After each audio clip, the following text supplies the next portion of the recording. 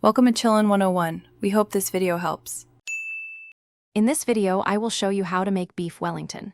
We'll cover everything from selecting your beef to achieving that perfect golden crust. This classic dish, often seen as complex, is surprisingly achievable with a few key steps.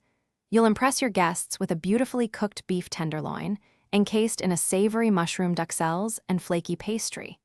Get ready to elevate your culinary skills and create a truly memorable meal. First, we prepare the star of our dish, a high-quality beef tenderloin, typically weighing around 2 pounds. You'll want to sear it quickly in a hot pan, about 2 minutes per side, to develop a beautiful, flavorful crust. After searing, generously season the entire surface with salt, freshly ground black pepper, and a thin layer of Dijon mustard. This adds a wonderful tang and helps the next layer adhere. Let it cool completely before moving on. Now for the assembly, which is crucial for that iconic Wellington cross-section. Lay out several slices of prosciutto on plastic wrap, overlapping slightly. Spread a thin, even layer of your savory mushroom duxelles over the prosciutto.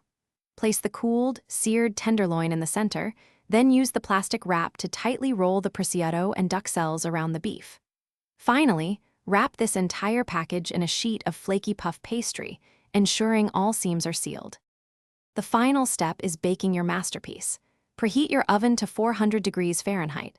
Brush the pastry with an egg wash for a golden finish and bake for approximately 35 to 45 minutes. For a perfect medium rare, aim for an internal temperature of 125 degrees Fahrenheit. Once baked, it's vital to let your beef Wellington rest for at least 10 minutes. This allows the juices to redistribute, ensuring every slice is tender and delicious. Thanks for watching. Consider subscribing if we helped you.